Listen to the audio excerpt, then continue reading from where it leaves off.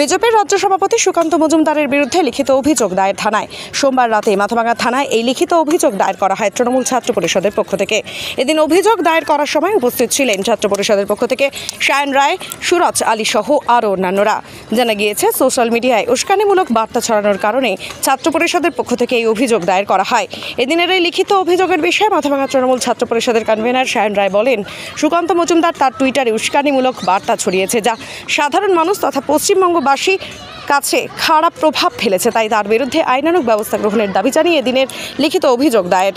তার কারণটা হলো, আমাদের বিজেপির যে সভাপতি আছে এবং উপমন্ত্রী ডক্টর সুকান্ত মজুমদার, তিনি তার একটি টুইটারে পোস্ট করেছিলেন, যেটা টোটালটাই মিথ্যে এবং বিজেপির করা চক্রান্ত।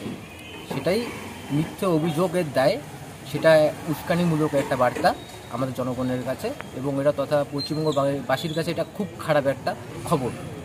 এটাই আমরা ক্লিয়ার করার জন্য আমরা আজকে থানা দ্বারস্থ হলাম এবং সুকান্ত মজুমদারের বিরুদ্ধে একটি এফআইআর দায়ের করলাম। কাদের পক্ষ থেকে?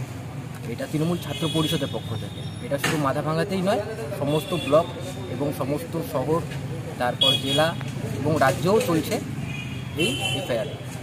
মানে কী পোস্ট করেছিল?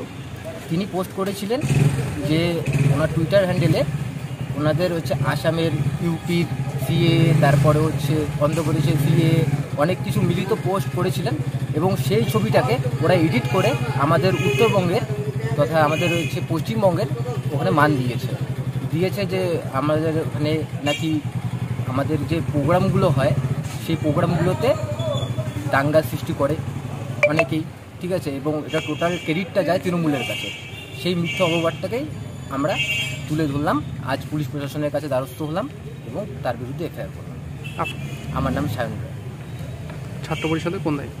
আমি মাথাভাঙা শহর তৃণমূল ছাত্র পরিষদের কনভেনার।